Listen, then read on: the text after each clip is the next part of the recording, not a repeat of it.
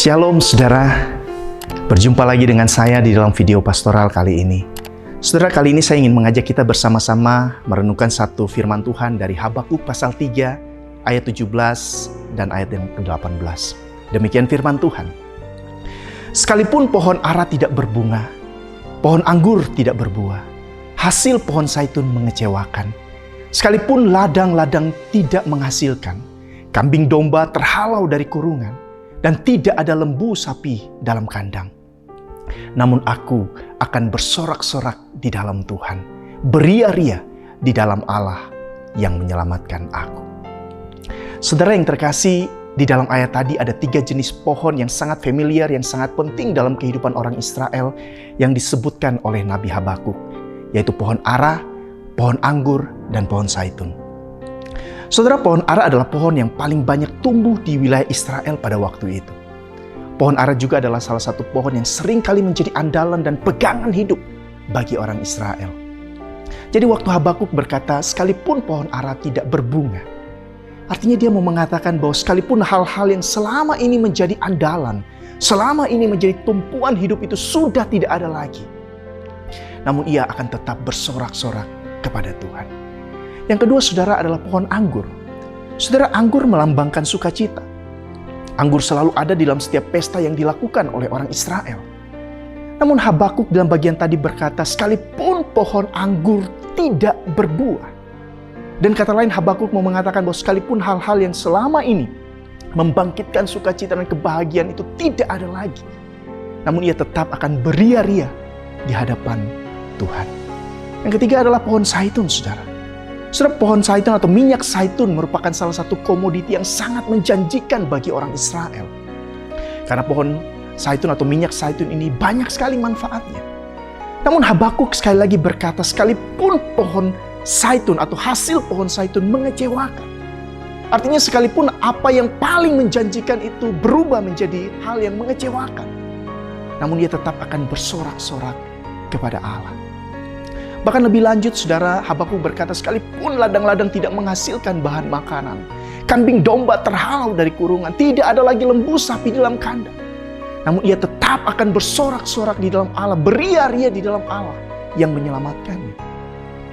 Saudara, mengapa Habakuk bisa bersikap dan berkata seperti itu? Jawabannya ada di ayat selanjutnya, saudara. Di ayat 19 atau ayat terakhir dari pasal 3 ini, sekaligus juga merupakan ayat penutup dari keseluruhan kitab Habakuk ini, saudara.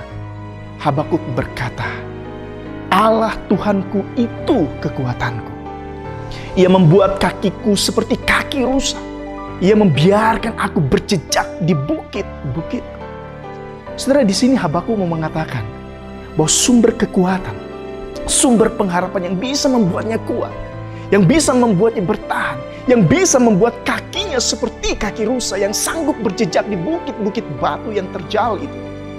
Saudara, kekuatan itu bukan berasal dari hal-hal jasmani yang sementara sifatnya yang ada di sekeliling. Kekuatan itu sesungguhnya berasal dari Allah sendiri. Saudara yang terkasih, kekuatan dari Allah yang membuat kakinya seperti kaki rusa, sehingga dia bisa berjalan melewati pergumulan di dalam hidupnya yang seringkali tidak mudah, saudara. Bahkan kekuatan dari Allah itulah yang memampukan mulutnya untuk tetap bisa menyanyi, hatinya untuk tetap bisa memuji-muji Tuhan sekalipun kondisi hidupnya sedang kurang baik. Saudara yang terkasih, Allah yang memberikan kekuatan kepada Habakuk adalah Allah yang sama yang juga menaungi dan menyertai saudara dan saya. Pertanyaannya, saudara, apakah seperti Habakuk, kita juga menyandarkan hidup kita seutuhnya kepada Allah? Adakah kita juga menjadikan Allah sebagai satu-satunya sumber kekuatan dan pengharapan kita? Saudara, segala yang kita alami di dalam dunia ini tidak ada yang bersifat permanen. Ada saatnya kita akan mengalami kehilangan demi kehilangan. Namun demikian, saudara, ada satu hal yang tidak pernah hilang dari kehidupan saudara dan saya, yaitu kasih penyertaan Tuhan. Saudara, orang percaya bisa susah. Orang percaya bisa dikecewakan. Orang percaya bisa ditipu habis-habisan.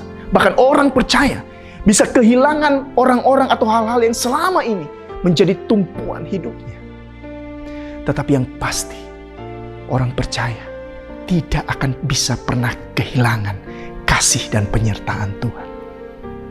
Oleh karena itu saudara, kuatkanlah iman. Karena ada Yesus yang akan selalu menopang hidup. Dialah yang akan membuat kakimu kuat seperti kaki rusa. Tuhan Yesus memberkati saudara. Amin.